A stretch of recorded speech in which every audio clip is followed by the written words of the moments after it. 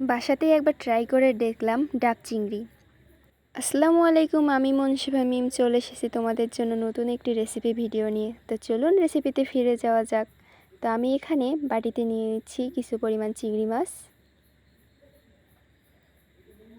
চিংড়ি মাছগুলোকে বাটিতে তুলে নেওয়া হয়ে গেলে এখানে আমি দিয়ে দিচ্ছি 1 চামচ পেঁয়াজ বাটা, 1 চামচ রসুন বাটা ও 1 চামচ আদা বাটা। এখানে দিয়ে দিচ্ছি 1/2 চামচ লবণ, 1/2 চামচ মরিচের গুঁড়া,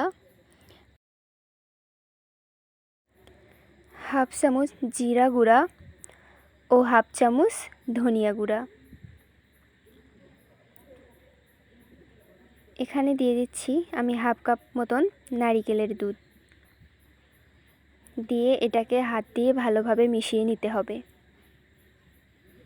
আমি এখানে 1 চামচের একটু কম আর কি 1/2 চামচের একটু বেশি সরিষা বাটা দিয়েছি।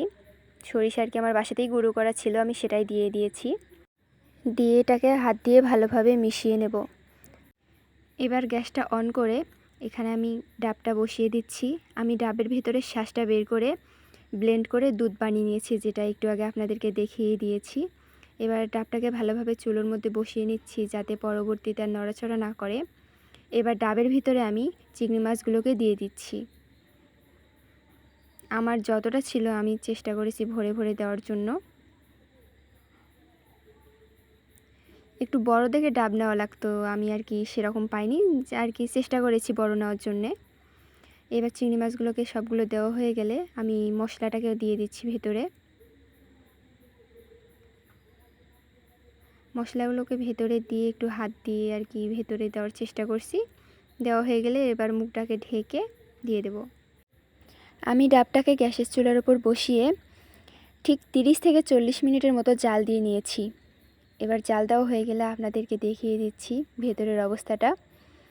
এই যে ঢালার পর আমার ভেতরের অবস্থা, এখানেই দেখতে পাচ্ছেন ডাবের ভিতরের অবস্থা এবং চিংড়ি মাছের অবস্থা। আর কি কালারটা সাদা আসতো, আমার মনে হয় এখানে গুঁড়ো মরিচ দেওয়ার বদল কাঁচা মরিচ দেওয়া ভালো হতো, দিলে হয়তো বা কালারটা আমি ঠিক পেতাম। যাই হোক, টেস্টটা কিন্তু ভালো ছিল। আমি একটা খেয়ে দেখিয়ে দিচ্ছি এবং একটা ভেঙেও দেখিয়ে দিচ্ছি এর ভেতরের অবস্থাটা কী রকম। এই দেখুন এর ভেতরের অবস্থাটা,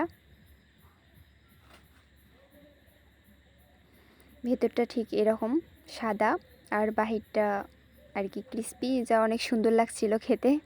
আজ তাহলে এখানেই, সবাই ভালো থাকবেন, আল্লাহ হাফেজ।